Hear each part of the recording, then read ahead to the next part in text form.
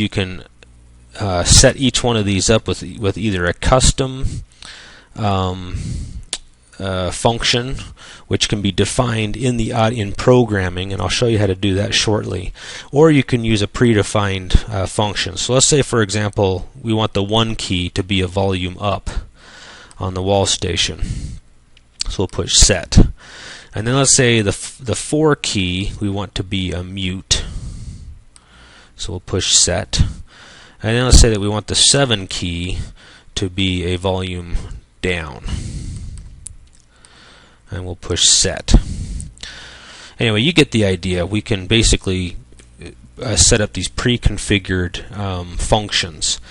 And what that will do is anytime that Wallstation in that room is in shortcut key mode and it pushes, let's say, the 1 key, that will trigger a volume up for that room. Just like a 7 key will be a volume down for that room. So you can configure each one of these Wallstations with that capability.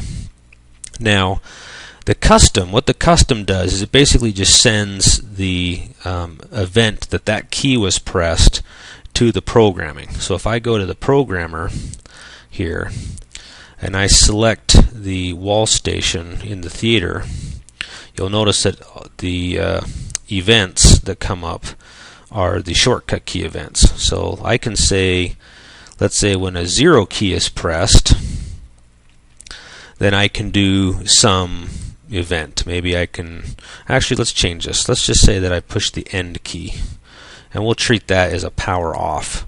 So I can go into the theater as an action, and I can say the room is turned off. So when the shortcut key is pressed, then turn off the theater. One other thing to be aware of is if you are doing a custom event, you can go into the programming, and you'll notice that if I go into the Wallstation device of the theater, I can click on the device specific command, and in there's a shortcut key response.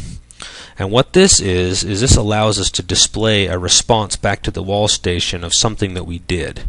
So for example, I could say the room is off, and I can have that display for, let's say, 3 seconds. So now when I add that up here, when I push the 0 key, it will turn off the theater and it will send a response back to that Wallstation saying that the room is off. And so the user gets some feedback that the command has gone through.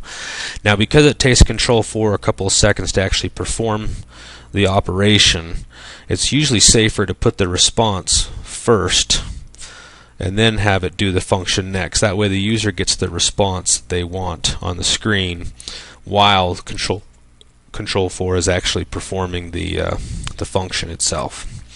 Anyway, that's basically it on setting up the drivers to be able to handle